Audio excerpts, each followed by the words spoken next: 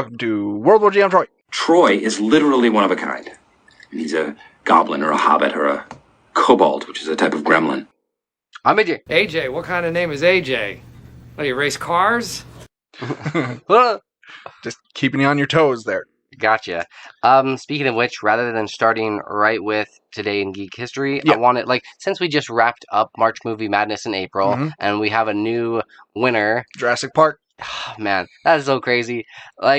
Hasn't Endgame gone up against another movie before? It's now lost twice in the finals. Yeah. That is crazy to me. I thought for sure that whole geek power would just kind of start a movement. I was talking nostalgia. Yeah. I was talking to the GF about this, and we came to the conclusion that maybe people have superhero movie fatigue. Mm-hmm. They're just they've won so much. Let's try and get something else. Yeah. That's my only logical explanation. So I was thinking more along the lines that it was perhaps nostalgia, and that's what I was going to ask. And speaking of the GF and of our Patreon, we enlisted their help for one of the movies to move on, right? Tiebreaker, yeah. Yeah. It was between Nightmare Before Christmas and Lion King. So, and then Nightmare Before Christmas lost pretty heavily, right? No, it was fairly close. In the competition, it didn't lose that bad, right? But yeah. So that's my question that I was going to ask you. Do you think that Lion King would have done better? Could we have seen Lion King take the throne? Huh? Nice. It's possible. I think Lion King is more universally beloved, or I think Nightmare Before Christmas appeals more to the weird goth kids. It's kind of a niche. And if you grew up during that era, then you love it. It holds a part in your heart. Yeah. I was just kind of wondering that. I did initially, when we were going to record on Sunday, the only notable thing that happened on May 2nd was The Rock, Dwayne Johnson's birthday. Yeah. But today, going through a whole ton of different lists and trying to come up with a couple of other ones. So this is today in geek history. Look, up in the sky, it's a bird. It's a plane. It's today in geek history. There we go. The one notable thing that happened today on May 4th, which I was surprised there wasn't more Star Wars stuff. I was really surprised that they none of the releases of the movies had come out then, and some of the streaming Star Wars stuff had come out, but not a movie, because it usually doesn't line up with a good weekend or when they typically finish up the filming. Not usually, no. But on May 4th, in 1932, mobster Al Capone, convicted of income tax evasion, entered the federal penitentiary in Atlanta. Capone was later transferred to Alcatraz Island. Sorry, hang on 1 second. Just checking the camera. I heard a shutter, right? Yeah. It's going now. Ah, all right. Anyway, sorry. No, you're perfectly fine. So Al Capone, yeah, Atlanta, and then later to Alcatraz. That is so funny to me that he got I love mobsters. Yeah. I find them really fascinating. As much as Troy loves serial killers, I love me some mobsters. Right? I just find it really super fascinating. It probably goes mobsters, pirates, serial killers as far as my list. As far as fandoms that I really enjoy. The trifecta of killers? Yeah. How about yourself? Do you have a tier here? Serial killers at the top, obviously. Right. I really do like pirates. I think that's an interesting, especially during the golden age of piracy, of pirates. I've never been huge into mobsters. I like learning about them, but it's never really been an obsession. I just love me a really good mobster movie. Gangster Squad, some of those, Oh, Old West Outlaws. I think they're really fascinating. Oh, yeah. Yeah. It felt like it was a simpler time and you could get away with stuff. Mm-hmm. And I like the whole idea that you didn't have to deal with like security cameras and satellites watching you and knowing every movement, that you could actually... That's why a lot of those serial killers back in the day got away with it for so long. Right. Because it was so much easier. The technology wasn't there. Yeah. Mm-hmm. It'd be so hard to be a serial killer nowadays. Right. So hard. And here I was thinking about going into it, that line of work. But there you have it. That's it? That is it. All right. So, let's get to how does it taste? How does that taste? How does that taste? How does it taste? For a limited time only, and only available at Walmart, a new Kit Kat was introduced into the line of ever-expanding Kit Kats. If anybody of our listeners out there are in China or Japan, get in contact with me because they have dozens of Kit Kat flavors. Oh, tons of them. You can go up to Ocean Mart in Roy, and they have about 40 different flavors. Oh, okay. Yeah. But I know Asia has some weird ones, so get in contact with me and maybe we can get some sent down. It's funny, so we're recording this on Tuesday. Yes. May 4th. Because Sunday I was not well. Yeah. Here's a pro tip. If you're going to cook a steak, make sure you cook it thoroughly all the way through. Okay. Because I'm pretty sure that's what happened to me. Oh, dude, no, I prefer it almost mooing. Just kind of grill it either I didn't think it would be a problem. Yeah. Because usually I like my steaks, medium or, mid-rare or something like that. Mm-hmm. Similar to the way you like your humans. Yeah. So I cooked this steak and it was pretty red in the middle. And well, that's fine. I've eaten steaks like that before. 3 hours later, I was puking my guts out. Ugh. Yeah. Yeah. It was bad. And you sent me a text maybe a key lime Kit Kat will make you feel better. I'm oh, that sounds awful. But these do smell really good, though. They do smell good. Man, I love me a good key lime pie. I'm not big on the key lime pie. I'll be honest with you. I had a key lime cheesecake last month. That was really good. That was alright. Oh, this isn't bad. No. So the Kit Kat, the actual inside, it tastes kind of like graham crackers, right? Yeah, it does. It doesn't have that usual Kit Kat flavor. Oh, by the way, if you're watching, we're experimenting right now. We're actually filming this. So those of you, our patrons, can actually watch the magic happen. Speaking of which, the next Patreon that signs up for any tier, Troy has offered something pretty cool. I put this out on Facebook.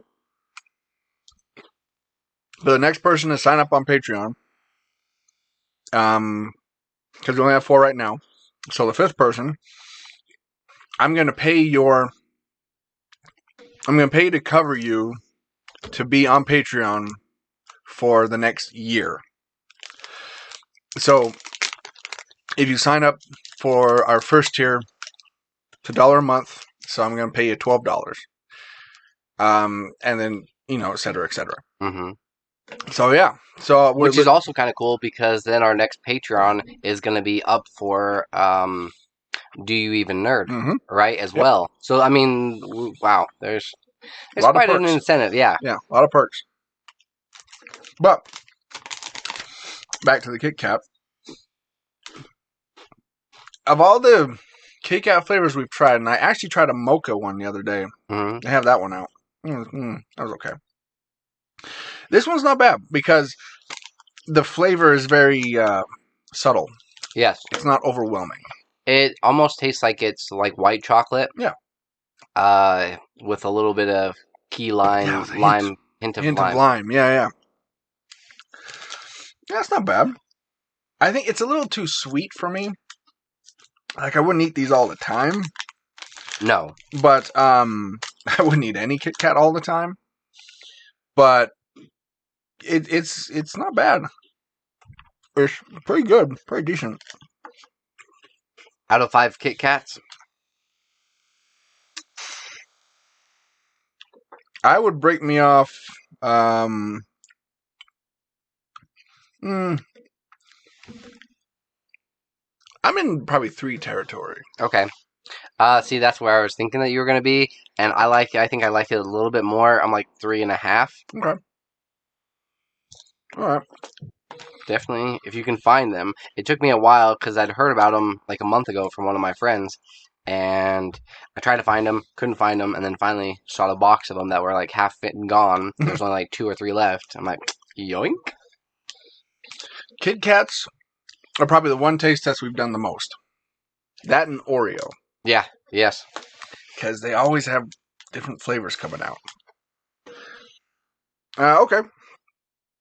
So, as we said, we're recording this on May 4th. So it's Star Wars Day. Yes. May the 4th be with you. Mm-hmm.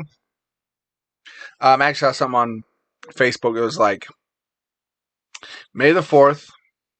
And it was like 10 years ago, May the 4th. 5 years ago, Revenge of the 6th. Now it's, this is the May. I like it. All right. So like, we can just celebrate Star Wars the entire month. Why not? I'm all for that. Same. So I found this list from, where does it come from? Vulture. And this is the 50 greatest Star Wars moments ranked. Now, Ooh. we're not gonna go through all 50. No. Because that would take forever. I thought I'd just run through a few here. And then we'll do top 10. All right. So, number 50, the 20th Century Fox Fanfare. Okay, sure. I mean, that does kind of set you up for what you're gonna see. Right. And it's hard to differentiate. Like when you hear that, you think, okay, the Star Wars theme is just about to start up. So Yeah. it kind of builds the anticipation. So I get that. Makes perfect sense. I get that. Let's see. Oh, you hear cheering every single time in the theater. Oh yeah, that's playing. Yeah. Good on you, John Williams. The Return of the Sith from Episode 9, The Rise of Skywalker. I agree with this one. The voices of the Jedi from Rise of Skywalker. I thought that was a cool moment. That really was, yeah. When they're all kind of giving her the pep talk, and it was Anakin, it was Luke, it was Mace Windu, it was Ahsoka Tano, it was right. They had quite the list. I thought it was a little cheesy and campy. I did like picking out the voices and seeing how many of them I knew. But the line, I've said it before. The line, "I'm all the Sith, I'm all the Jedi." Yeah, you knew it was coming as soon as he said, "I am all the Sith." I know. In the theater, I was like, "No, please don't say it. Don't say do it. Come on, say Ray. it. Please, Ray." Like, and I am all the Jedi. I'm like, fuck. Let's see. Leia chokes Jabba. It's a classic moment. Oh yeah. The Bounty Hunters from Empire Strikes Back. That's the first time you got to see Boba Fett. Yes. Well, unless you saw the holiday special, but yeah. And you're just like, oh, who are these guys? Because they weren't part of like, the Empire. Like they didn't have the suits. Like they were all like mangy, weird looking. And like they look like bounty hunters, and it was like all rustic and kind of yeah. One was one was a robot. You're like, who the heck are these guys? Let's see what else we got here. The Jedi Mind Trick, the Garbage Chute. The Garbage Chute. That was a great scene. Mm-hmm. And they go down, and why is there a creature in their trash compactor, in the Empire's trash compactor. And I was really surprised that the creature hadn't been crushed. Yeah. Right? With all that trash? Yeah. Yeah. Oh no, curse my wretched body, my metal body. I wasn't fast enough, oh no. They said porgs. No. Yeah. Porgs, they put it like, okay, I think for a selling product, yeah, they were everywhere. Yeah. They broke the internet. The porgs, they put it at number 29. That's what I was saying. I'm like, what the heck? I get it was for, you're right, it's for selling toys. It was the cuteness factor, blah, blah, blah. Right. And I think they filmed them because there was a bunch of, on that particular island, there was a bunch of like other type of birds. Like actual birds. Right. So they had to kind of like, well, every time we film, these birds are everywhere, so let's just make them these little creatures. Mm-hmm. There was a Porg Mania. For a second. A Porg Palooza? I don't know. Yeah, Porg Palooza works. Obi-Wan versus Darth Vader, episode 4. Let's see, the Kessel Run. It's a trap. Oh, sure. Jedi. Sure. Classic line. Yes. So many memes. There it goes again. Right? Why is it just shutting off like that? Weird. Okay. Whatever. I'm not gonna worry about it. What else we got here? Let's get to our top 10. All right. Let's get to the top 10. Let's see. Put the pod race. Unlimited power. The opening crawl. A New Hope. A long time ago in a galaxy far, far away. Okay. A new movie begins. Number 10. I mean, it's become iconic. Along with the fanfare. So I'm really surprised that like the scroll is 10 and the fanfare is clear back at 50. Yeah. George Lucas actually got in trouble for doing that for some reason. Like he was kicked out of the Directors Guild for having that scroll. Huh. I don't remember why. But it would always go up and then the camera would pan down to either a planet or a ship or something, and then the story would kick in. Right. On every film. Number 9, Duel of the Fates. Arguably the best part of Phantom Menace. Yes. Yeah. Although, for as much shit that Darth Maul got, I think he was kind of a cool character. He becomes cooler. Did he get a lot of shit? Yes. I always thought he was a really cool character. Just because it kind of went hand in hand with that movie, and everybody thought it was such garbage. Right. But he was like the one redeeming quality, one shining moment. Yeah, him and... He was like the Wonder Woman of Batman v Superman. Right. Him and Obi-Wan Kenobi, I think, those are the two that kind of survived the curse of Episode 1. Right. Anakin. Oof. Oh, boy. Yeah. What else we got here? Number 8, the cantina scene. Yeah. Yep. Or are they talking about the scene with them going back and forth and who shot first? I think it's just the whole scene. Oh, while they're in there. Okay. Sounds like someone's blowing up your phone over there. Right?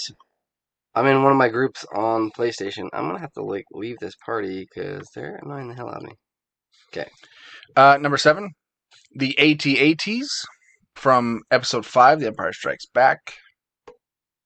A lot of these moments, like, I'm sure they were kind of epic the first time you saw them, but for us, we've just always had the movies. At least I did. Like, I had the VHS. Oh, yeah. I still have them. Yeah. As soon as I came screaming out of my mom, his first words were Star Wars. Yeah. Like, the VHS, they were there waiting for me, so. And so we've seen them so much now that I'm sure at the time, people saw that, it's like, whoa, it's like mind-blowing. The AT-ATs, I thought were actually better in the TV show. Mandalorian? Right? They seemed more menacing and more threatening in that. I also think the ones that were in episode 8, I thought were more menacing. Yes, yeah. Ones that the First Order had. Number 5, Darth Vader rescues Luke. Yeah, it was cool until George Lucas threw the no in there in that scene. Then it got freaking stupid. Yeah, that was unnecessary.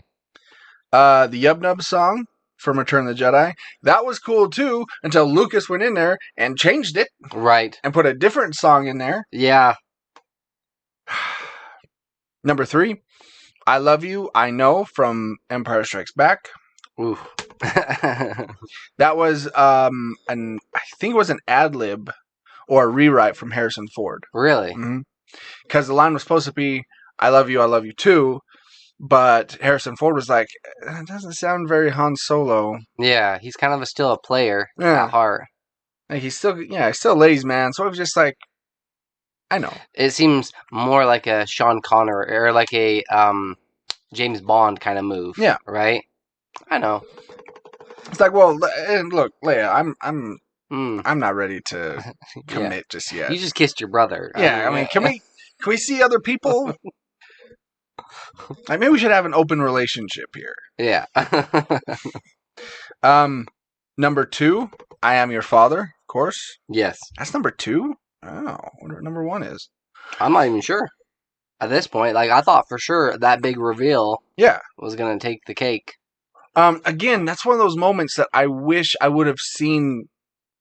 Like, I wish I would have, gone to the theater in 1980 and seen that the first time. Right. And been like, holy shit! Mind blown! But it's one of those things, like, we've always known that Darth Vader was Luke's father, so it was never a big reveal to us. Right. And then number 1, the Death Star attack run from A New Hope. Okay. I would have put that maybe top 3, top 5. I don't know, maybe switch them. Yeah. Yeah. I think I Am Your Father would have been number 1. Stay on target. I mean, it's a cool moment. It's kind of a cool scene because before that, I mean, the whole movie it was more fantasy. There wasn't a lot of action in it. Right. So that last third of that movie was very, like, action-oriented, and you're flying through space and through this big orb, and it was pretty cool. I remember seeing it in the Cinedome when it was re-released in 97. Yes. That was cool. All your seats are shaking. Mm-hmm. And that screen was massive. Oh, yeah. It wrapped around. Yeah. Yeah. So seeing the Death Star run in that theater, that was cool. That was way cool. All right, there you go. Top 10 Star Wars moments here for your Star Wars Day. May the 4th be with you. May the 4th be with you. Always. So, that being said, let's get into our This Week in Geek. This Week in Geek. So this is weird. Yes. So, the NBA is teaming up with Marvel, with Marvel's Arena of Heroes. When you can routinely, what does it say here? Hang on, let me scroll back up. When you can routinely do shit like this or this, it's safe to assume you already have superpowers. I'm sure that goes with some picture that was in the story. But perhaps looking to take things up a notch or capitalize off of the fact that Disney owns both ESPN and Marvel Entertainment. The Golden State Warriors' upcoming game against the New Orleans Pelicans will feature some familiar faces, the Avengers. Marvel and The Athletic report that on May 3rd, so yesterday, will be treated to a groundbreaking collaboration that just so happens to be, quote, the first ever Marvel-inspired alternate presentation of a basketball game. This broadcast, dubbed Marvel's Arena of Heroes, will include a plot straight out of Disney Plus, as the Avengers will recruit players from the Warriors and Pelicans to help save off an alien invasion. And because Marvel is all about flair, expect to see some custom graphics, animation packages, 3D virtual characters, and appearances by Iron Man, Black Panther, Captain Marvel, Captain America, Black Widow, and Doctor Strange. This sounds like a massive gimmick. It sounds so corny. It does sound corny. Like it's a mix between Space Jam meets the Harlem Globetrotters meets Avengers. Yeah. It's just like that kind of cheesiness. So since this happened yesterday, I'm going to see if there's any Marvel's Arena of Heroes. Trying to see if there's like any video or anything.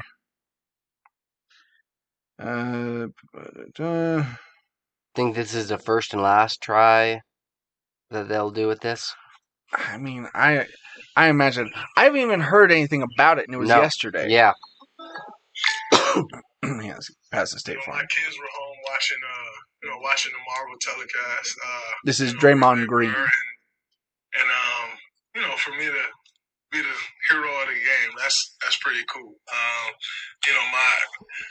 And they said I get to line up with the Avengers. Like, my son loves Avengers, so that was pretty cool. I'm not one for. All right, great. Thought that was gonna be like footage of the game, right?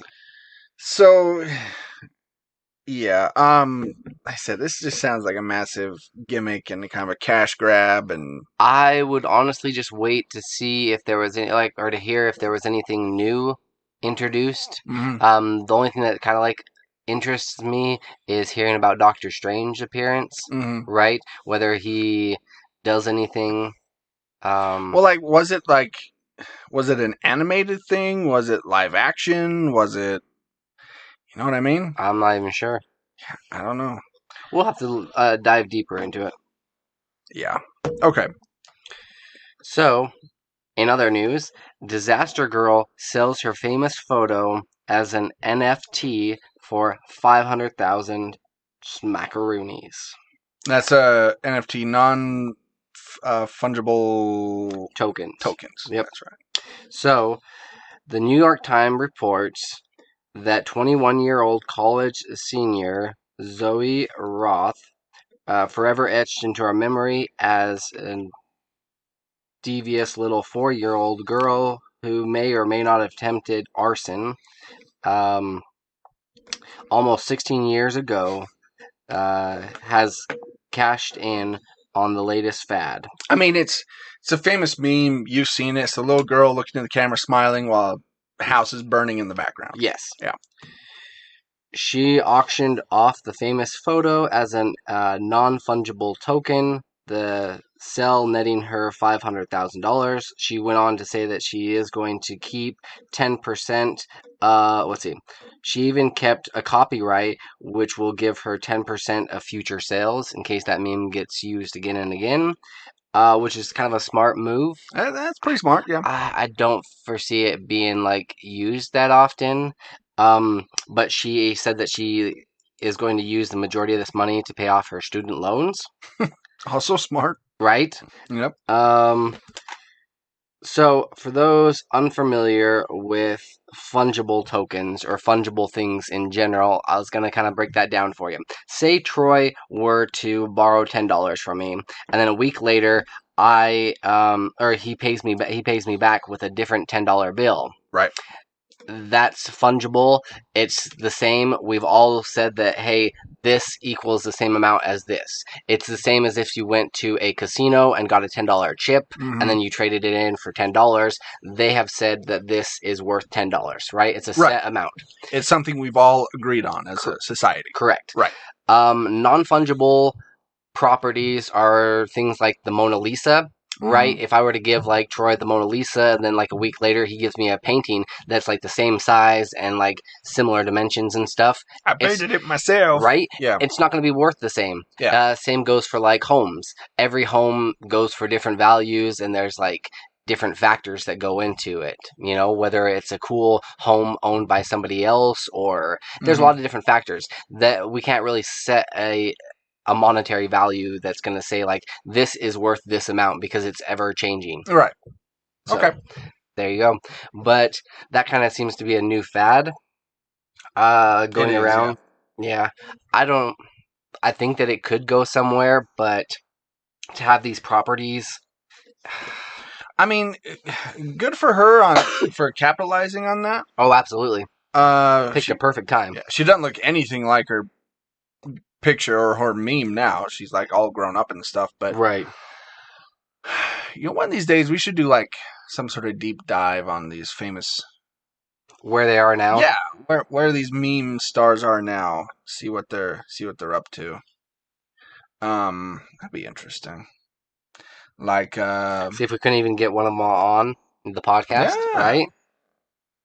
Like Grumpy Cat. Oh wait. Oh, ugh. Sorry. Too soon. Too soon. Now you made me Grumpy Cat. Speaking of too soon. Yes. The Flintstones is heading back to television in a project headed and starring Elizabeth Banks.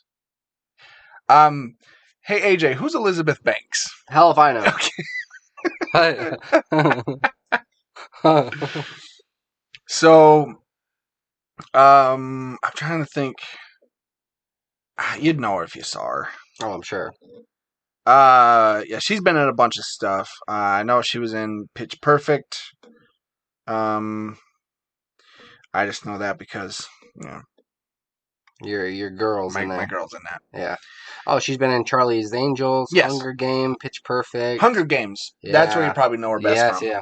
Brightburn. Mm-hmm. Yeah, the mom from Brightburn. Spider-Man. Yeah, you know who she is. Anyway. Yes. So she is helming this new Flintstones. It's kind of a reboot, but it's basically kind of a sequel series to the original. So it takes place 20 years after the original series, where the Stone Age is making room and evolving into the Bronze Age. Okay. So basically either adapt or become extinct. Yeah. Essentially. Yeah. So Banks is going to voice a 20-something-year-old Pebbles Flintstone. Okay. And she's kind of going to college and doing that kind of stuff. Yeah. Let's see. She's like, Dad, you're so last year. Exactly. Some more details were revealed about the show via Deadline, including the concept of bringing the first family of Bedrock out of their comfort zone. With the Stone Age giving way to an enlightened new Bronze Age, the residents of Bedrock will find this evolution harder than a swing from Bam Bam's club. Ha ha. This is Fox's second attempt at primetime Flintstones revival. At the height of his power at the network, Family Guy creator Seth MacFarlane received a straight-to-series order for his own interpretation of the classic show, but Fox rescinded the deal after reading early scripts. When asked about the series in a Reddit AMA, Seth admitted that he had trouble formulating his version of the show. Quote, "As of now, probably not. Honestly, I couldn't figure out a way to find enough differentiation between a modern-day Fred Flintstone and Peter Griffin." So, yeah, animation buffs remember that this is not the first time that the Flintstones has stretched beyond the original primetime run in the 1960s. The Pebbles and Bam Bam show spun off from the Flintstones on the CBS Saturday morning lineup in the early 70s, depicting a similarly grown-up version of the Flintstones' Kids. The pair's story would end with a string of TV movies, yada, yada, yada. So, I don't know if we need this. No, we did not ask for this. No. I mean, the Flintstones, they're part of the zeitgeist. Yes. They're excellent cereal pushers, cereal peddlers. Really big with the vitamins. Really big in the vitamin business. They're nice entrepreneurs. But TV show, I think we've moved past The Simpsons.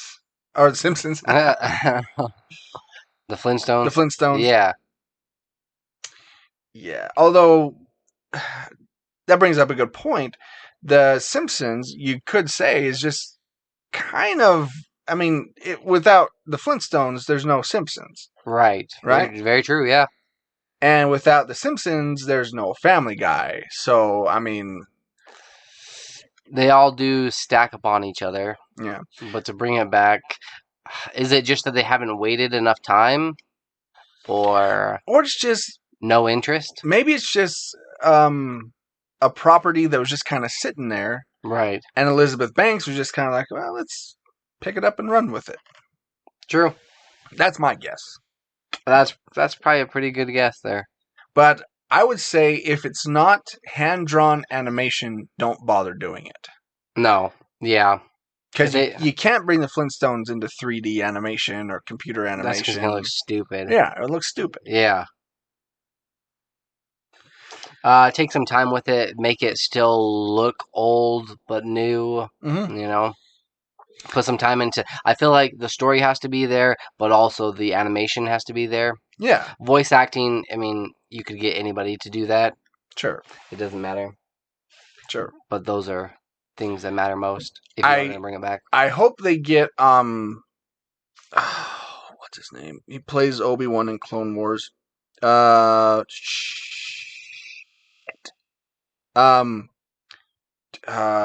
James... gosh... Damn it, what is his name? James... Wow. A fellow voice actor, Trey? I know! Obi-Wan voice actor. James Arnold Taylor. All right. That's right, because James Arnold Taylor. That's okay. Gotcha. I hope they get him because he's the current voice of Fred Flintstone. Like if there's, a commercial or something?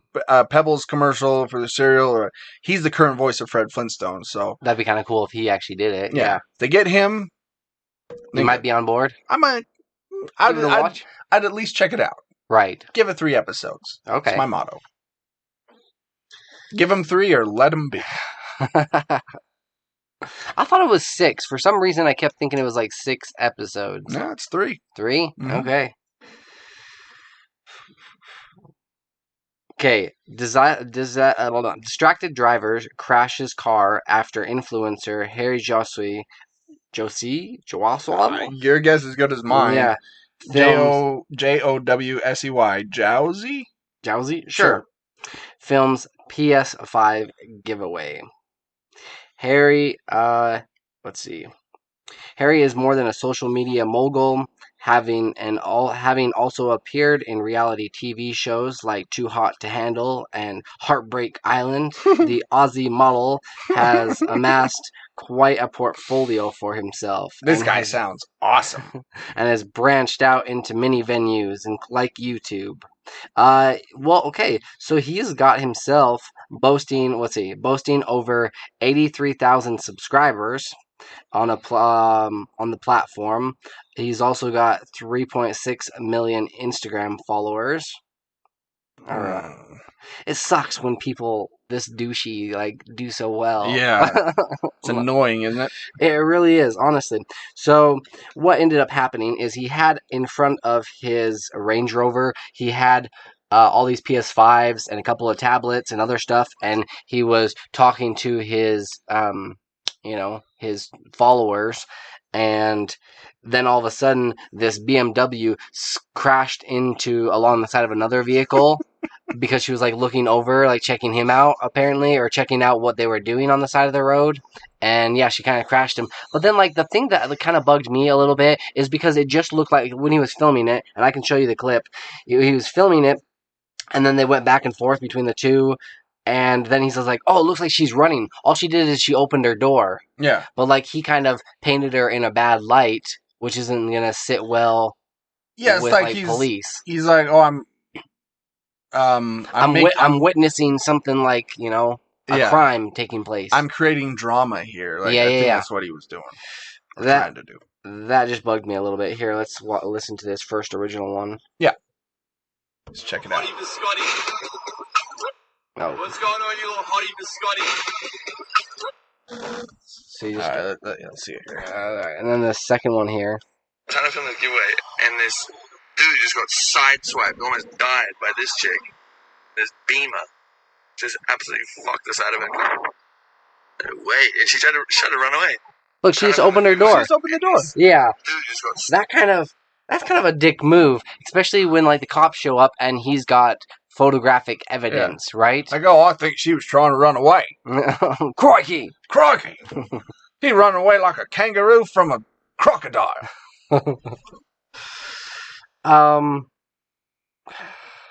But I guess he happened to be just right place, right time.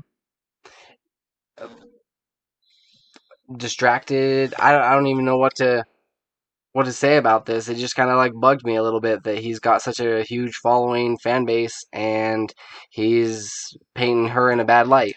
And the other thing, he's there. No responsibility of that crash is going to go to him. Yeah, no. Yeah, because he was just there on the street doing his thing. So it could have been because of him. It could have been for a number of reasons. It very well could have been because of him, but yeah, it's not. He's not going to get any responsibility from this. Nothing's going to go to him. Right. Do you feel like they shouldn't have been filming there, or? Well, that's the thing. Like, you can, because he was parked off to the side of the road. Yeah, right. And it's perfectly legal to film on the sidewalk. No big deal. No, but he was on the side of the road. Well, but still, even if he was pulled over, it's not like he was driving and doing it. I think he mainly just wanted to show off his Range Rover. Yeah, but yeah, because he's a douchebag. But that's just another example of douchebag's just going to get away with it. No responsibility. He can just do what he wants. Yeah. Pretty people get all the breaks. Right, AJ? You know about that. Wait, what? No, I'm still fighting my ticket over here, dude. Oh, that's right. I didn't get a break.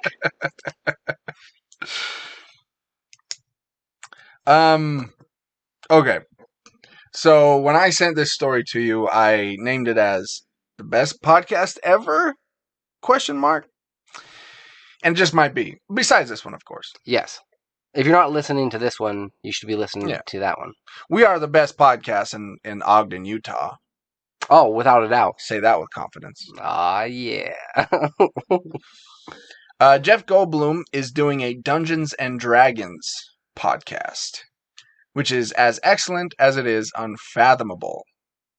Yeah, so Jeff Goldblum, the Jeff Goldblum, star of Jurassic Park, Independence Day, and so much more, is going to play Elven Sorcerer Balmer in a Dungeons and Dragons podcast. This is a true statement of something that is going to happen in our reality, and I absolutely can't wrap my head around it. This is somebody from Gizmodo. I didn't just come up with that. Goldblum will be joining Dark Dice, an actual play D&D podcast that began in 2018. It's about a group of adventurers who embark on a journey into the ruinous domain of the nameless god. According to the official site, Balmer will make his debut on May 12th when the series returns to begin its second storyline. If you don't know the podcast, it sounds pretty rad already. Rad. Yeah. Tubular. It's boss, man. Deadline says it's, quote, features immersive soundscapes, a diverse international cast, and an original soundtrack featuring an orchestra, over 30 medieval instruments, and a live choir singing in Infernal, Icelandic, and Elvish. Holy shit, that's quite the production. Yeah. Still, the addition of Jeff Goldblum is quite the coup. That sounds fantastic. I may have to check this out. Right? I didn't know this podcast existed. No, neither did I. Yeah. And I would love to do something in the D&D realm. Something humorous in the D&D realm. Because it's such a ridiculous concept. Let's be honest. It really is, yeah. But there's a lot of potential there. And there's a lot of fun that I think you and I could have playing a Dungeons and Dragons game. Oh, yeah. An ongoing game. And we have been looking for a DM. We have. Yeah. So again, if you're listening and if you are a DM, I don't know if you have to be you don't have to be certified, but no, we only take certified ones. Show us your card. No, if you are a dungeon master and a good one, and you have a fairly good sense of humor, again, contact us, because let's put something together. Could be fun. Oh, absolutely. Could be fun. Maybe we can get the patrons involved. Who knows? Okay. Now let's move on to our Revs and Recs.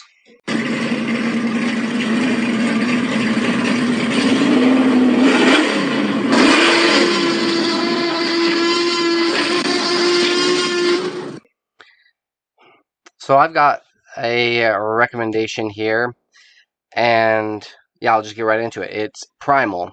We'd talked about this before on the podcast, that some of the creators from Samurai Jack were working on a new, more gory, adult kind of a TV series. Yeah. And it is now in its second season. And I'm so damn stoked. I am totally on board with this project. And I've already binge watched the first 2 seasons. There's only 5 episodes. They're about 20 minutes apiece. So you can get through them pretty quickly. What I was doing there a second ago is downloading the Cartoon Network app to see if it was available on there, because I'd heard that that's a way to watch it. I did watch it through HBO Max. Yeah. Which both seasons are. They don't say season 1, season 2. It just has episodes 1 through 10. Yeah. But, okay, at the dawn of the evolution, a caveman and a dinosaur on the brink of extinction bond over unfortunate tragedies and become each other's only hope of survival in this treacherous world. Every single adventure, they're just going around trying to survive, constantly on the move.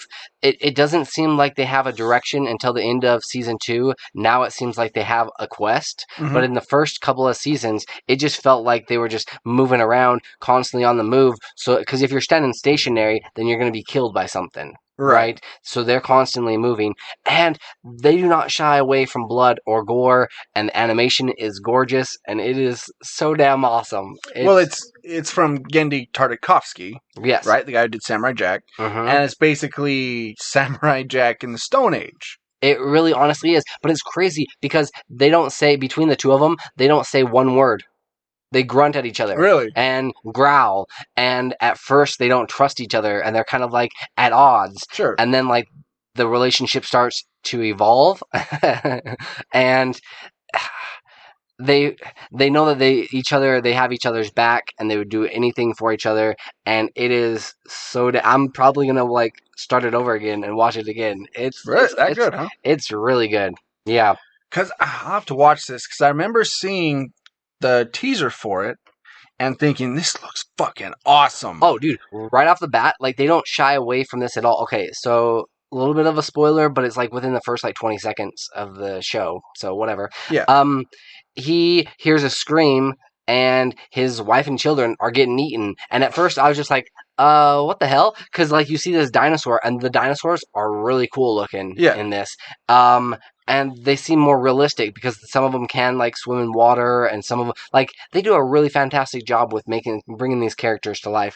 But they also have some like crazy ape-like creatures, and they have like other weird satanics. I mean, it's all over the place. But it likes these snakes. Like a whole river of snakes is an episode. That one was decent. But I'll have to talk about it more. Like after you've had a chance to watch it. Yeah. But some of these episodes, I'm just like, oh damn, that was gorgeous, and it was fucking awesome. Like these fight scenes that they have.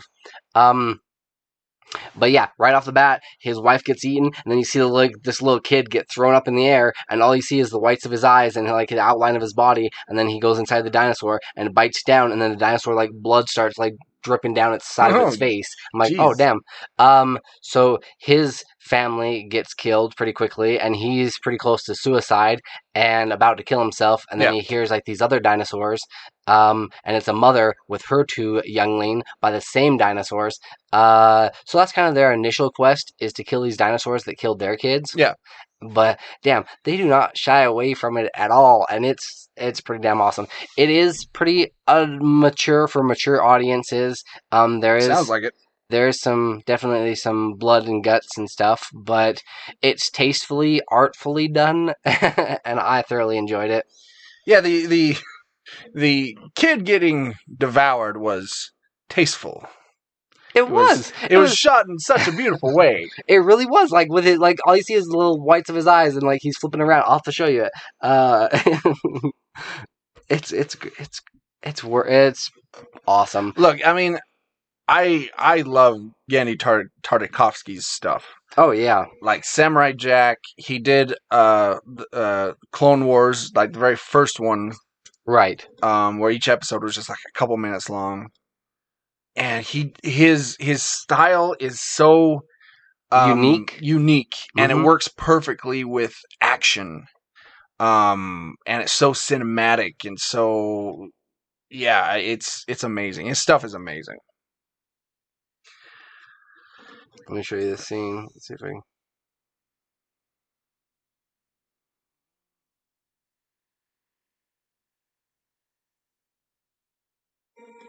Oh, is this the family getting eaten scene? Yeah. I'm trying to pull it up.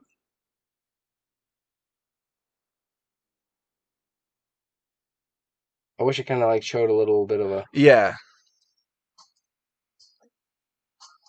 Oh, it's further along. Yeah. This makes me like just watching this bit of it makes me want to watch it all over again. Right. Let's see. Wow, it looks pretty. Animation looks amazing. Let's go back like. Yeah. Okay.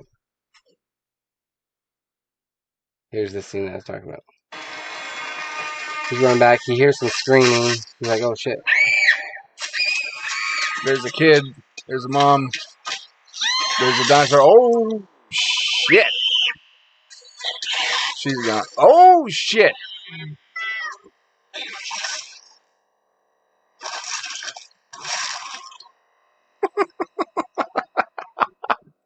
That's what breaks him. Just goes in.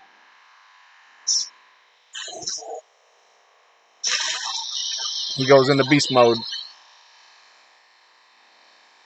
But like all these different situations, you kind of wonder how the hell he's going to survive it, and somehow perseveres. Yeah.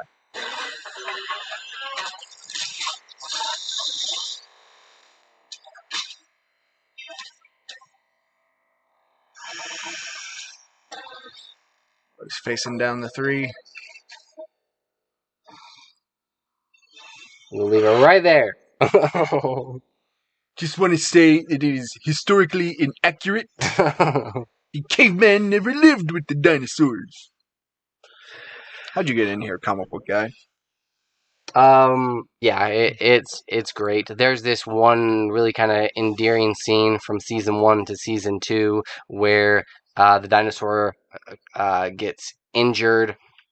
And he has to take care of him, and he has to drag him across miles. And there's all these jackals that are following him, and then like other bugs start attacking him, and like anything that could go wrong does go wrong. Mm-hmm. He's having to put like fires around himself to like try to protect this dinosaur, and finds a cave, but then like even the cave's not safe. Like, and he finds a way to persevere, and man, that's probably one of my favorite scenes. But this is definitely worth checking out. Out of 5 spears, I'm gonna have to go with like 4.5, I think.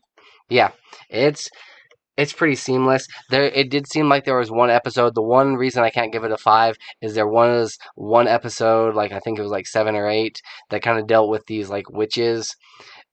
It just seemed like a little bit of a filler episode. It wasn't really necessary. It didn't help progress the plot, if anything, because it just showed you what you'd already seen in the first episode all over again. But it wasn't like to remind you of what... It was weird. It wasn't the first episode in season 2. Otherwise, it would have kind of made sense that there's like recapping for you. Mm-hmm. But it was like a couple episodes in that then they decided to show it. So it seemed kind of out of place and out of order. But there's not too much of an order to begin with. But yeah, I'm at 4.5 with it. Okay, it's worth checking out. Primal. Yeah, I'm glad you brought that to my attention. That's out and about. I wanted to see that when we first talked about it. It did come out in 2019. The first episode debuted, but now that they have like 2 seasons, it's nice to be able to binge it and not have to wait, because one of my coworkers was saying like at the end of the first season, it kind of ends on a cliffhanger, and it's like, well, now you have to wait a year. Right. And I don't think I could have done that. Okay. Yeah, so check that out if you want to see women and children getting eaten by dinosaurs. Yes. I have a review. The film Promising Young Woman. Now, this came out in 2020, so not a whole lot of people saw it, but it got great reviews. It has a 7.5 out of 10 on, is that just IMDb? Yep. Yeah. And then a Metascore of 73. So, here's the synopsis. A young woman, traumatized by a tragic event in her past, seeks out vengeance against those who crossed her path. Now, you think, okay, she's going to seek out vengeance, so that obviously you think, oh, she's going to start killing people. Yeah. But that's not what she does. Here's what she does. So she goes, this character, played by Carey Mulligan. What is her name? Oh, I really Cassandra. do like Bo Burnham. Like, he's a really funny comedian. He plays Ryan in the movie. Yeah. Yeah, so Carey Mulligan, who plays Cassandra, or Cassie, what she does is, and mild spoilers here, okay, just throwing it out there. She goes to different bars and clubs, and she acts like she's drunk. Yes. Like super wasted. Okay. And every time a guy will come over to her and say, oh, you okay? You okay? Trying to play the knight in shining armor. Mm-hmm. And inevitably, they end up taking her to their place, and they try to take advantage of her. Right before anything happens, though, she all of a sudden is sober and is basically shaming these guys. Right. Saying, what are you doing? What do you think was going to happen? Why were you trying to take advantage of me? Blah, blah, blah. And it freaks them out every time. And that's basically what she does. And she does this because of, like I said, the event that happened in her past. I won't get too much into that. But you think, okay, well, how interesting can it be? And it's really good. Really? It's a really good show. Yeah. What is it streaming on? So I actually bought it to rent off of YouTube. Okay. But I think it's on, I don't know. I think if you just Google it, you'll find where it's at. YouTube, Vudu, Google Play Movie, Amazon Prime Video. So it doesn't seem like it's like on any streaming services just yet. It may not be. But Carey Mulligan, I always forget how good of an actress she is. Yeah. She's amazing in this because she's able to go from drunk, and she plays drunk really well, or high or whatever, and immediately like goes into sober, and she goes from, because she has to play, in order to get close to people, she has to play different parts. So in order to get close to the dean of this college, she has to act a certain way, and in order to get the attention of this teenage girl, she has to act a certain way. In order to get attention for this guy, she has to act a certain, and she acts them perfectly, and it's amazing. Playing the role that, like, playing the person that they are, seeking. Yes, exactly. Who they're going to be most attracted to. Mm-hmm. And I think it's so. But a drunk version of that? Right. Okay. And I just think, I don't know, it's so interesting that is the vengeance that she's taking out on these guys. She's not. It is available on Redbox. Oh, there you go. Yeah, like I said, she's not killing these guys. She's basically just shaming them. And there's one guy that freaks out, and he's like, oh, I'm so sorry, I'm so sorry, I'm so sorry. And she's basically like, you're sorry now because, I'm not sober. Right. Or, I'm sober. Yeah. It's like, you wouldn't have been sorry if you had actually done anything, And just basically just cutting these guys' balls off, and it's fantastic to see. And then she ends up meeting this guy, Bo Burnham. And at first she tries, kind of stay away from him because she doesn't want a relationship, doesn't want to get involved in any of that. And they end up getting this little relationship going, and it's great. It's you're rooting for this couple, and you want them to, because Does her past kind of catch up to her? Oh yeah. Okay. Oh yes. All right. And I won't spoil the ending, obviously, but if you want to see just an incredible performance, probably one of the better ones I've seen in a long time. I mean, Carey Mulligan just delivers it. Her parents are played by Clancy Brown, who famous voice actor, who's Lex Luthor in Superman animated series. He's Mr. Krabs and SpongeBob. He's been around, yeah. Clancy Brown and Jennifer Coolidge. And like I said, or like you said, Bo Burnham's in it. Christopher Mintz-Plasse is in it for a second. Alison Brie is in it. Alison Brie plays a former college schoolmate, school student. What do you call the people classmate? Classmate, yeah, there you go. And she gets a little revenge on her. I mean, it's just, it's good. It's really good. All right. Out of 5. Out of 5, dang. I'm trying to think if there's really something that stuck out. Gin and tonics? Out of 5. Lipstick? Let's go with pink suitcases. Okay. So out of 5 pink suitcases, man, just on her performance alone, I would be hard pressed not to give it a solid 4. Oh wow, okay. Maybe even 4.5. Yeah. It's so good. It's expertly shot and directed, and like I said, it's expertly acted, and you feel bad for her, but at the same time, you're like, you don't because of things she's doing, and you feel sympathy for the guys she's going after, but you don't at the same time because they were going to try and take advantage of her, and it's just, feelings are all over the place. I like it. And at the ending, you're just kind of like, am I happy for what happened? I don't know. Yeah. Maybe. But, yeah. Alrighty. So there you go. Alright. I think we have time for a DLC, yeah? Yeah. Here's what I'll do in the DLC. I'll tell you about my Vegas trip that I went on. Alrighty. So, stay tuned for that.